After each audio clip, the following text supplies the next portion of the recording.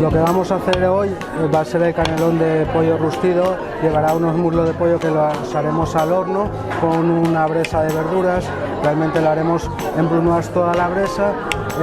Cogeremos papa ibérica también para hacer el relleno. Haremos una pasta fresca de canelón, blanquearemos la pasta, luego haremos el relleno y por encima irá la crema que le sobra al pollo y luego haremos una bechamel para gratinarlo al horno con los champiñones y cacahuetes.